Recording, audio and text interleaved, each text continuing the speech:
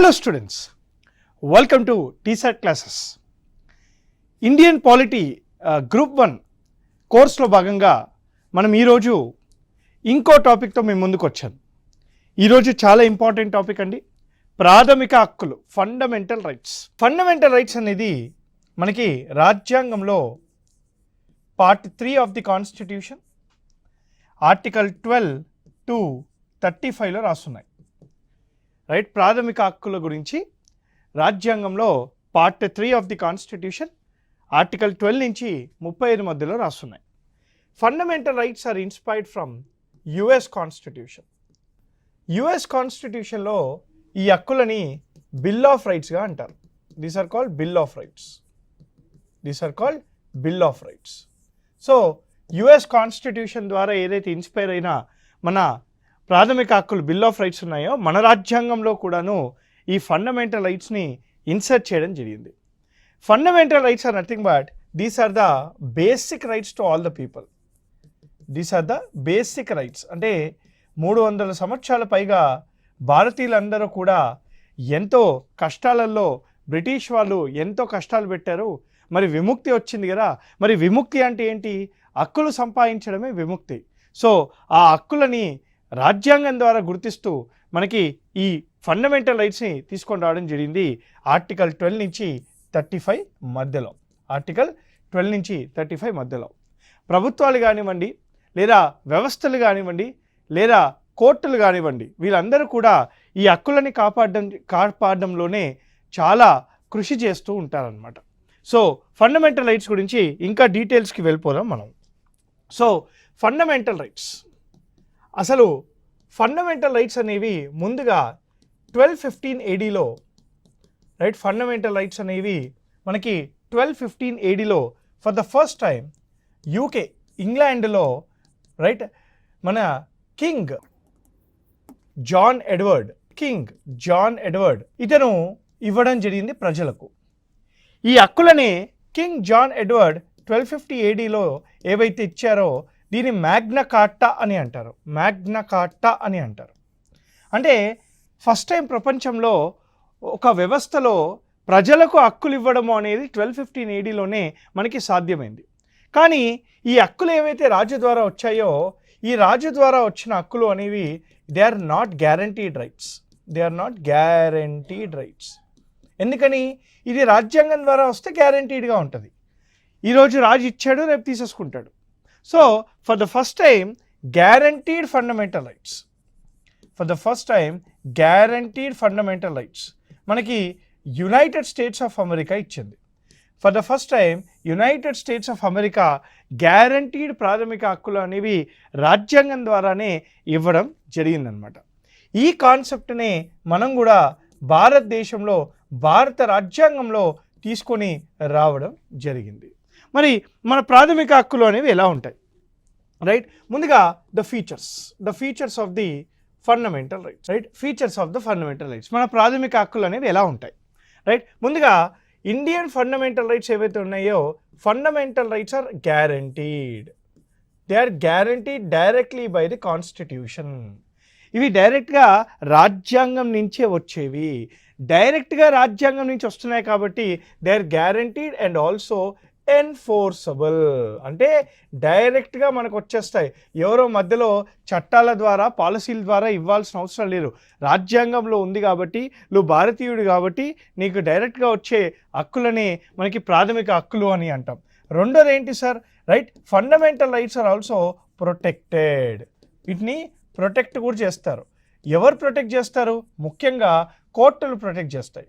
నీ యొక్క ప్రాథమిక హక్కు నీ నుంచి ఎవరైనా లాగేస్తే నువ్వు డైరెక్ట్గా సుప్రీంకోర్టుకి వెళ్ళొచ్చు అండర్ ఆర్టికల్ 32, లేదా నీ హైకోర్టుకి వెళ్ళాలి అని అనుకుంటే ఆర్టికల్ 226 ద్వారా హైకోర్టుకి కూడా వెళ్ళొచ్చు. అంటే నీ ప్రాథమిక హక్కులు ప్రభుత్వం కానీ ఎవరైనా నీ నుంచి తీసేసుకుంటే నువ్వు డైరెక్ట్గా కోర్టుకి వెళ్ళొచ్చు under article 32 of the Indian constitution, supreme court. అదేవిధంగా నువ్వు హైకోర్టుకి వెళ్ళాలి అనుకుంటే అండర్ ఆర్టికల్ 226 ద్వారా నువ్వు హైకోర్టుకి కూడా వెళ్ళొచ్చు. మూడోది, ఫండమెంటల్ రైట్స్ అనేవి ఆర్ నాట్ అబ్సల్యూట్. ఇది ఇంపార్టెంట్ సార్ ఎగ్జామ్కి. ఇది చాలా ఇంపార్టెంట్ ఎగ్జామ్కి. ప్రాథమిక హక్కులు అనేవి ఖచ్చితంగా రావు. They are not absolute. What is the meaning of not absolute? ఆంక్షలతో కూడిన హక్కులు అనేవి మనకు వస్తాయి. అంటే they are restricted fundamental rights. They are restricted fundamental rights. అంటే ఏంటి ఇక్కడ? ఆంక్షలతో కూడిన ప్రాథమిక హక్కులు అంటే ఏంటి? ఫర్ ఎగ్జాంపుల్ మనకి రైట్ టు ఈక్వాలిటీ ఉంటుంది. అంటే అందరినీ సమానంగా చూడాలి అనే ఒక ప్రాథమిక హక్కు. అందరినీ సమానంగా చూడాలి అన్న రాజ్యాంగమే రిజర్వేషన్స్ ఇవ్వాలి అని అంటది. సో ఆంక్షలతో కూడిన ప్రాథమిక హక్కులు అనేవి వస్తాయి. ఇంకో ఎగ్జాంపుల్ చెప్తాను మీకు. ఆర్టికల్ 19 క్లాస్ 1 సబ్ క్లాస్ ఏ భావ స్వేచ్ఛ అనేది మనకు వస్తుంది. Right to freedom of speech and expression. మరి భావ స్వేచ్ఛ అంటే ఏంటి? ఏదైనా మాట్లాడే ఒక హక్కు. ఏదైనా మాట్లాడేవి కాబట్టి వేరే వ్యక్తులని డిఫేమ్ చేయడం కానీ, భారతదేశాన్ని కించపరచడం కానీ, లేదా నువ్వు భారతదేశానికి విరుద్ధంగా ఎక్కడైనా మాట్లాడితే ప్రభుత్వం నీ మీద యాక్షన్ తీసుకుంటుంది. అంటే ఏదైనా మాట్లాడొచ్చు అని అంటే నువ్వు వేరే వాళ్ళకి విరుద్ధంగా, దేశానికి విరుద్ధంగా మాట్లాడాలని కాదు. ఆంక్షలతో కూడిన ప్రాథమిక హక్కులు అనేవి మనకు వస్తాయి. Fundamental rights are not absolute because they can be restricted. That is the meaning. నాలుగోది ఏంటి sir? Fundamental rights. Fundamental rights are provided to both Indians and foreigners. అయితే కొన్ని ప్రాథమిక హక్కులు తప్ప, అంటే ఎక్సెప్ట్ ఫ్యూ కొన్ని ప్రాథమిక హక్కులు తప్ప మిగతా ప్రాథమిక హక్కులు అన్నీ కూడాను భారతీయులకి మరియు పరదేశీయులకి, ఫారినర్స్కి కూడా ప్రొవైడ్ చేస్తారనమాట. కొన్ని తప్ప. ఇది ఇంపార్టెంట్ సార్ ఎగ్జామ్కి. అంటే ఆ కొన్ని ఏవి? There are fundamental rights which are exclusive to Indians only. There are certain fundamental rights which are exclusive to Indians only. There are certain fundamental rights are only Indians కి మాత్రమే ఇస్తారు. ఏంటి sir అది? Article 15, article 16, article 19, article 29, article 30. ఈ ప్రాథమిక హక్కులు అనేవి only భారతీయులకి మాత్రమే ఇస్తారు. ఇది ఎగ్జామ్లో ఖచ్చితంగా లేదా చాలా ముఖ్యమైన అంశంగా మనం చెప్పుకుంటాము. Which of the following fundamental rights are only provided to Indians అని అడుగుతాడు ఎగ్జామ్లో. ఏం సార్ ఆన్సర్ ఏంటి? ఆర్టికల్ 15, 16, 19, 29 మరియు 30. ఈ ఫండమెంటల్ రైట్స్ అనేవి ఓన్లీ భారతీయులకి మాత్రమే ఇస్తారనమాట. 6వ point sir. Fundamental rights can B suspended. ప్రాథమిక హక్కులని సస్పెండ్ చేయవచ్చు. Can be suspended. ఆర్టికల్ 34 ప్రకారంగా పార్లమెంట్ సస్పెండ్ చేయొచ్చు. Parliament has the authority to suspend the fundamental rights in case of military rule. ఇండియాలో మార్షల్లా ఉన్నప్పుడు ప్రాథమిక హక్కులని పార్లమెంట్ చట్టం ద్వారా సస్పెండ్ చేయొచ్చు. అదేవిధంగా ఆర్టికల్ 359 ప్రకారంగా ఎక్సెప్ట్ 20 మరియు 21, 20 మరియు 21 తప్ప మిగతా ప్రాథమిక హక్కులని ప్రెసిడెంషియల్ ఆర్డర్ ద్వారా, president of India presidential order ద్వారా సస్పెండ్ చేయొచ్చు అనమాట. 1 second. President of India presidential order ద్వారా సస్పెండ్ చేయవచ్చు. సో ఫండమెంటల్ రైట్స్ అనేవి తాత్కాలికంగా సస్పెండ్ చేయొచ్చు. ఈ కారణాల వల్ల సస్పెండ్ అనేది చేయవచ్చు అనమాట. ఇది 6వ ఫీచర్ సార్. మరి 7వది ఏంటి? Fundamental rights are classified. Fundamental rights are classified into 7 categories. అంటే 7 రకాలుగా ప్రాథమిక హక్కులని క్లాసిఫై చేసింది. అయితే ఈ 7 క్లాసిఫికేషన్స్లో ప్రస్తుతానికి ఉన్నవి మాత్రం 6 క్లాసిఫికేషన్సే. ఒకటి తీసేశారనమాట. అదేంటో కూడా మనం ఇప్పుడు చూద్దాం. So fundamental rights can be classified. So original కాన్స్టిట్యూషన్లో 7 రకాలుగా ఉన్న ఆ క్లాసిఫికేషన్స్ అనేవి ప్రస్తుతానికి 6 రకాలుగా ఉన్నాయి. ఏంటి సార్ అవి అంటే? 1, right to equality. Article 14, 15, 16, 17, 18 talks about right to equality. Right? Rondo sir. Second one. Right to freedom. Article 19, 20, 21, 22. Right? Idi right to freedom. Third one sir. Right against exploitation.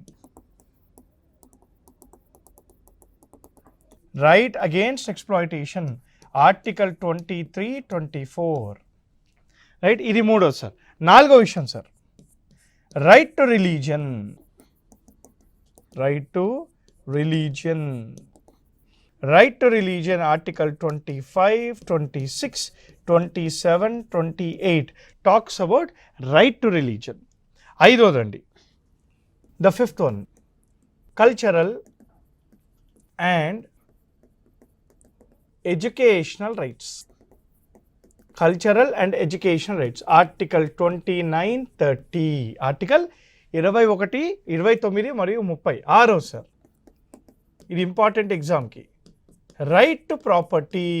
Property హక్కులు, right to property, ఇది article 31లో discuss చేయబడింది. అయితే right to ప్రాపర్టీని 44వ రాజ్యాంగ సవరణ చట్టం 1978 ద్వారా, 44వ రాజ్యాంగ సవరణ చట్టము 1978 ద్వారా రైట్ ప్రాథమిక హక్కుల జాబితా నుంచి తీసేసి లీగల్ రైట్గా తీసుకొచ్చారు. అంటే ఆర్టికల్ 31ని ఫండమెంటల్ రైట్స్ నుంచి డిలీట్ చేసి ఇది తీసుకెళ్ళి ఆర్టికల్ 300 క్యాపిటల్ ఏలో పెట్టారు.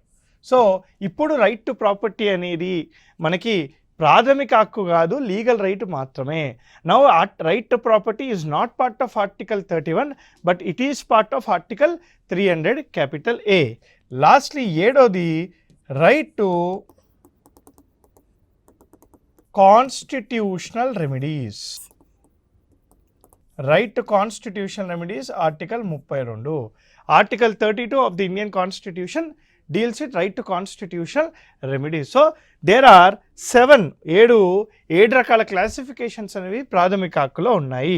Now let us see one by one article. So ముందుగా article 12. What is article 12? Article 12 talks about మనకి ప్రాథమిక హక్కులు ఎవరిస్తారు, ఎవరి ద్వారా వస్తాయి? స్టేట్ ద్వారా వస్తాయి. మరి స్టేట్ అంటే ఏంటి? స్టేట్ అంటే ఏంటో డిఫైన్ చేసింది article 12. Article 12 defines what is state. State అంటే ఏం లేదు sir, right? State includes parliament,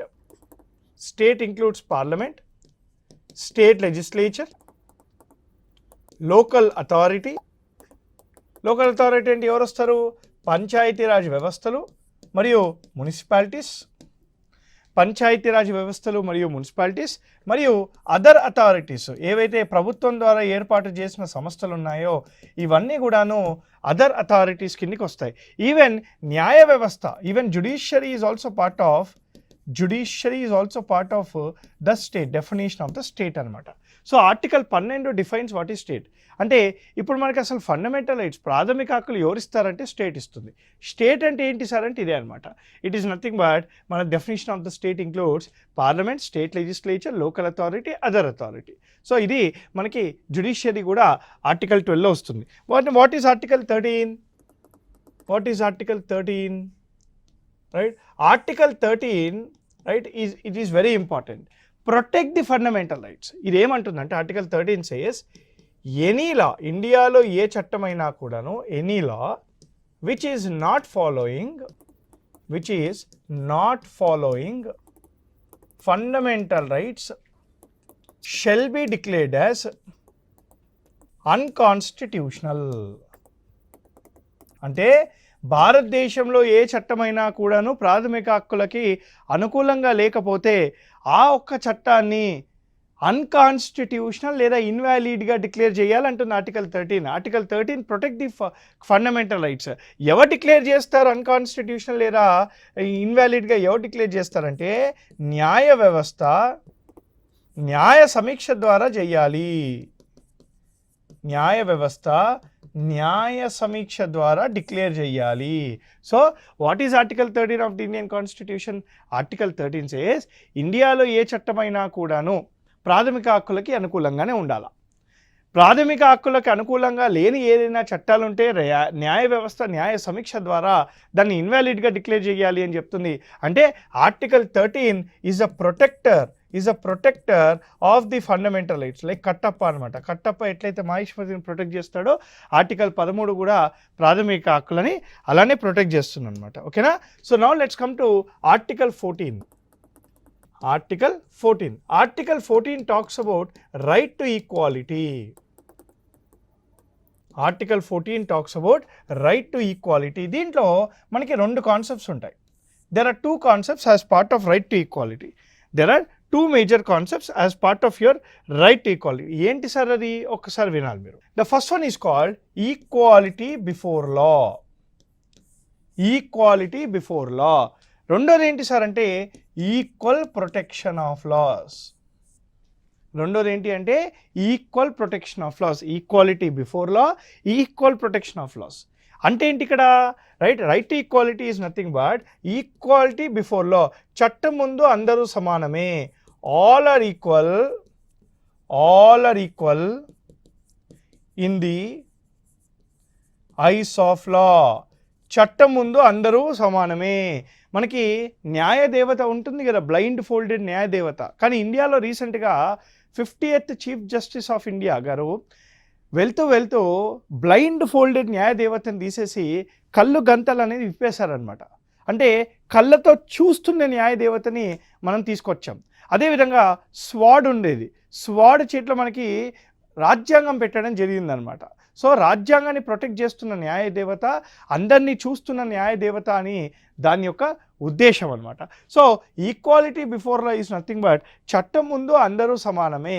కానీ చట్టం అందరినీ సమానంగా చూడదు. అదే equal protection of laws. Law do not treat everyone equally. అదేం సార్? చట్టం అందరినీ సమానంగా చూడదా? చూడొద్దు. మరి చూస్తేనే తప్పు. ఇప్పుడు సపోజ్ నేనున్నా, మీరున్నారు, ప్రెగ్నెంట్ ఉమెన్ ఉన్నారు, ఫిజికల్లీ హ్యాండిక్యాప్ ఉన్నారు, లేదా ఒక బెగ్గర్ ఉన్నారు. చట్టం ముందు అందరూ సమానం అంటే రిచ్, పూరు, లేదా బెగ్గరు, హ్యాండిక్యాప్, డివోర్స్డ్ ఉమెను, లేదా డైవర్స్డ్ ప్రెగ్నెంట్ ఉమెను అందరినీ సమానంగా చూడడం అనేది తప్పు కదా. సో ఈ కాన్సెప్ట్ వచ్చేసి నెగిటివ్ కాన్సెప్ట్. చట్టం ముందు అందరూ సమానమే అంటే నెగిటివ్ కాన్సెప్ట్. మరి ఎలా చూడాలంట? ఎవరి స్థాయి ప్రకారంగా, ఎవరి ఎదుగుదల ప్రకారంగా, రీజనబుల్గా, ఫేర్గా వాళ్ళని చూడాలి. అదే ఈక్వల్ ప్రొటెక్షన్ ఆఫ్ లాస్. అందుకే ఇది పాజిటివ్ కాన్సెప్ట్. దీన్నే పాజిటివ్ డిస్క్రిమినేషన్ అని కూడా అంటాం.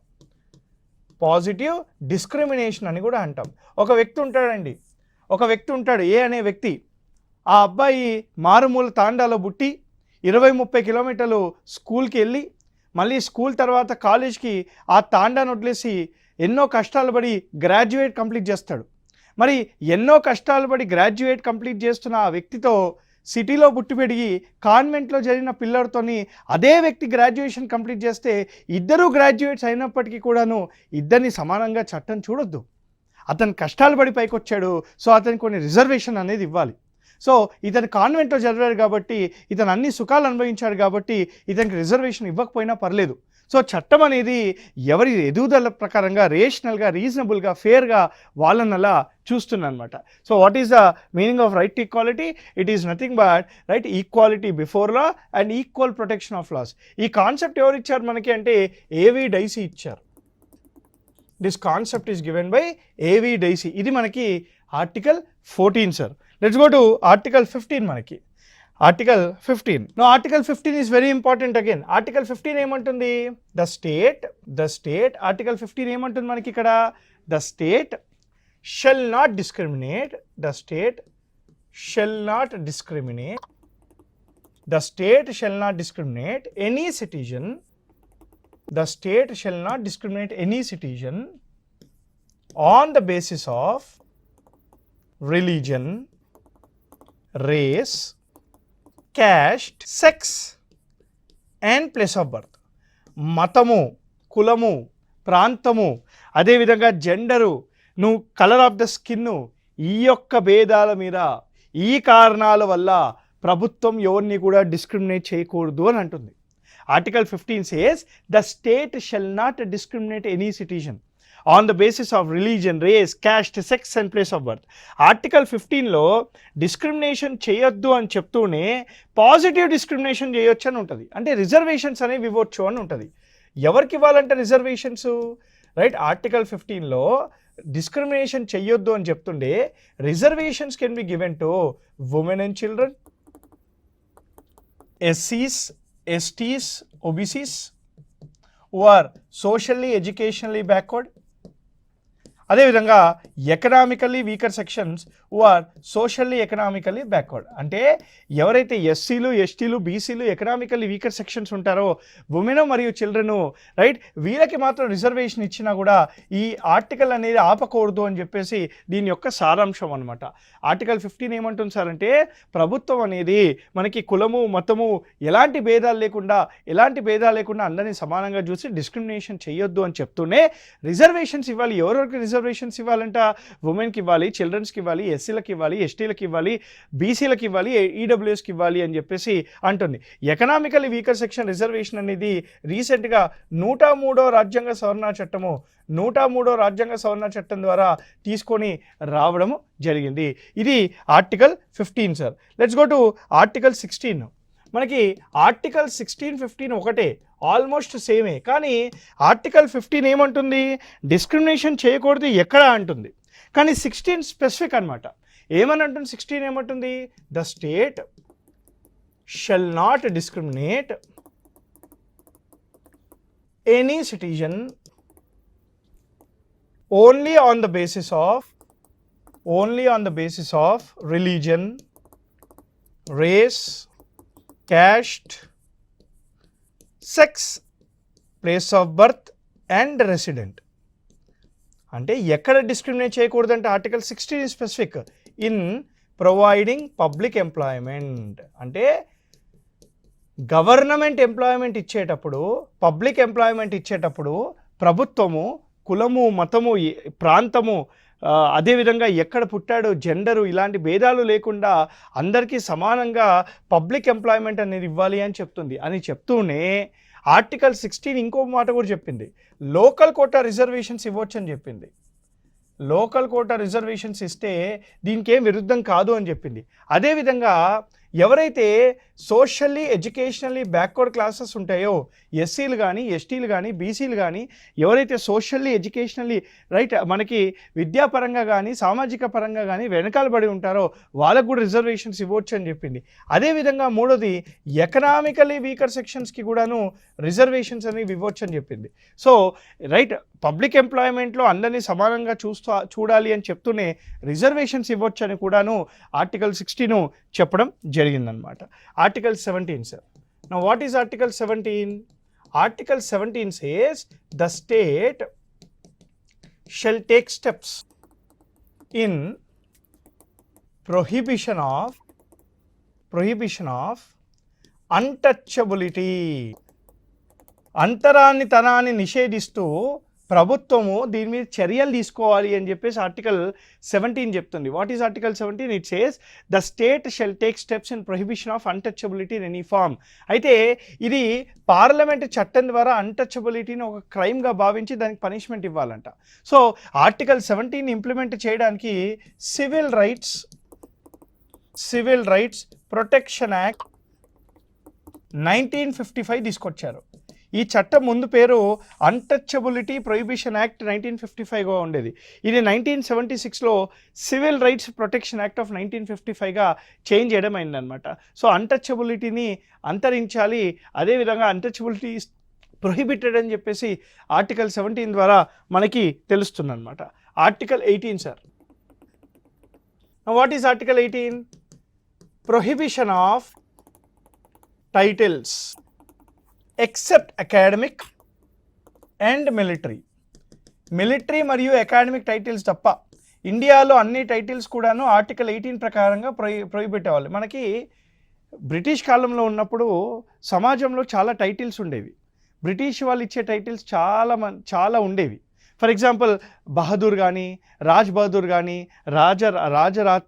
మార్తాండా అని చెప్పి, రాజ గంభీర అని చెప్పి ఇలాంటి టైటిల్స్ ఇచ్చుకునేవాళ్ళు చాలామంది.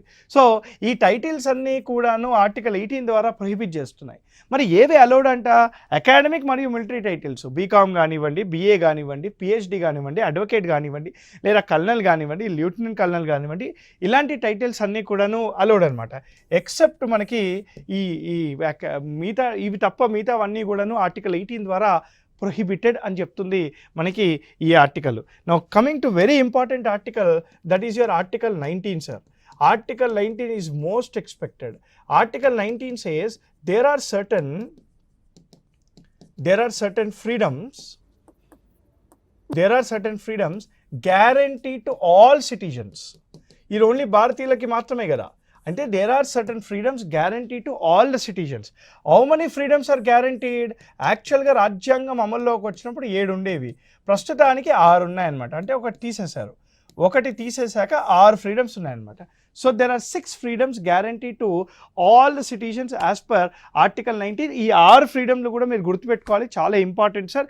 ఏమేమి ఉన్నాయి ఫ్రీడమ్స్ అంటే, freedom of speech and expression, B freedom to do dharna without violence, freedom to form associations and unions, freedom to form associations and unions. D, freedom to movement, freedom of movement